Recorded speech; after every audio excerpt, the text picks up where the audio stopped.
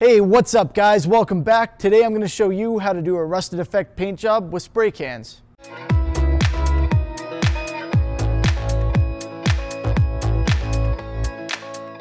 So before we dive into this too deep, there are two different kinds of rust effects, okay? There's the one that like the dumb new guy gets on his hammer when he's doing a framing job and he leaves it outside overnight. And then there's like, you know, a plate straight off the Titanic or like the undercarriage on a mid-80s Honda. The truly destroyed, super deep kind of rust look. So in this video, I'm showing you the latter of those, the kind of pulled straight out of the ocean after 50 years kind of look, the really deep, no gray, shiny metal left on there type of effect. So let's talk about what you're gonna need for this effect. First, you need to set the base color. So for the base, we're gonna use red oxide primer. Now, this can is just because we buy them in bulk here, but any kind of red oxide primers is what you're going for. It's got this kind of color to it. It's already kind of got that rusty color, and you know, it's kind of ironic because usually this red oxide stuff is called rust paint because it's made to paint to prevent rust.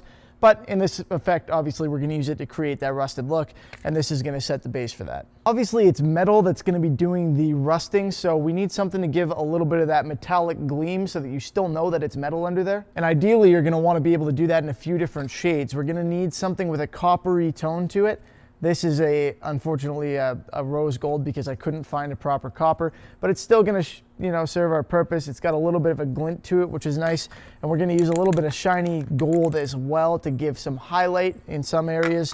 And then I've got, what is this, brass, I believe, antique brass, which is a little darker, but this is that mica metallic paint that Rust-Oleum makes. So this is going to add just a little bit of sparkle and make sure we still get a little bit of that metallic effect. And then finally, as far as the paint goes, we're going to use a little bit of black to really deepen and grunge up a couple of those areas to really give this thing that aged, worn, you know, deep rust look. This isn't necessary. Sometimes you're going to want a brighter effect, but for this particular project, I'm going to be using this. I'll be using a shop towel to do some of the effects to kind of, you know, scuff some paint on and off of there and dab a little bit. We're going to be doing a kind of a mottled effect here. Obviously, rust colors don't go on evenly when things are rusting, so that's where the texture comes in and where this is going to come in. And then finally, our substrate is going to be this god-awful test body that I've been using for I've had this guitar body for like 10 years. Anyway, this thing has had more paint jobs sanded off of it than probably most of you have actually sprayed. And at no point have I put something on here that I intended to keep. But anyway, that is what we're going to be painting. It's already got a coat of this rust primer on it and it's been sanded back. That was to fill in some issues that it had because, again, test body, I've done some weird stuff on here, like some really weird stuff. Anyway, that's about it. I'm going to throw down a couple coats of this primer. That part's pretty straightforward. I'm going to do them 10 minutes apart, then I'm going to let that dry for a couple hours, and we will come back with the other stuff. So enough talking, let's watch some spraying.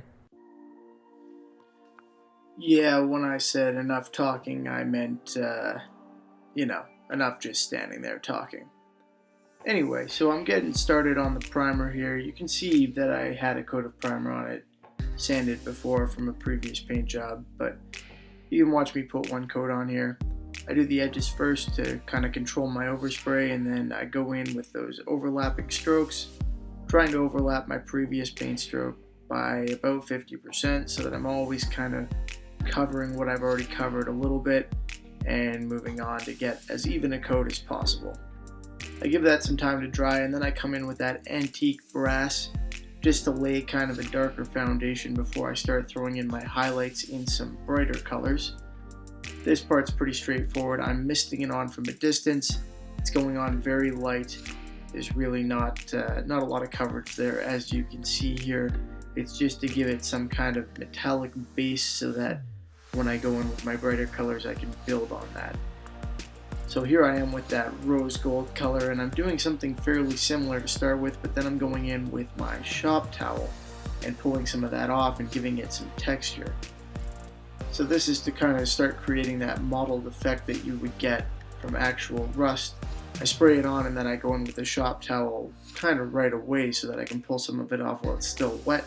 And ideally it wets some of the paint that's already on there, some of that antique brass, and I'm able to pull some of that off at the same time. So I just switched cans here, and now I've got my reflective gold. That's what I'm putting on.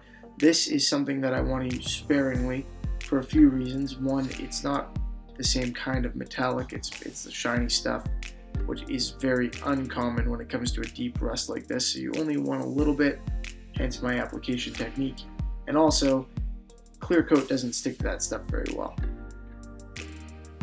Now I've actually got some copper. I managed to find some, so I'm spraying a little bit of that on there and doing something similar, kind of streaking it on in a couple spots and then going in with my shop towel to give it some texture as well, because again, you don't want a smooth looking coat of anything other than your base coat, which won't look smooth after you go over it. When it comes to rust, nothing really looks even, so you don't need that. Here I've got some 220 grit sandpaper, and I'm just putting some scuff marks in it to give it a little more texture. Texture is key with these rust jobs, so pulling off a little bit of paint with it and giving it that kind of scratched up look so that it looks more aged. And I'll be doing the same thing with this black that I'm applying kind of sparingly right now. I'm just using it to add a little bit of darkness, a little shadow on there to give it that really grungy look. And then I'm coming in and literally just scratching some of it off with this sandpaper, and that's going to give me kind of that really weathered, deep, basically disgusting rust look that we're going for here.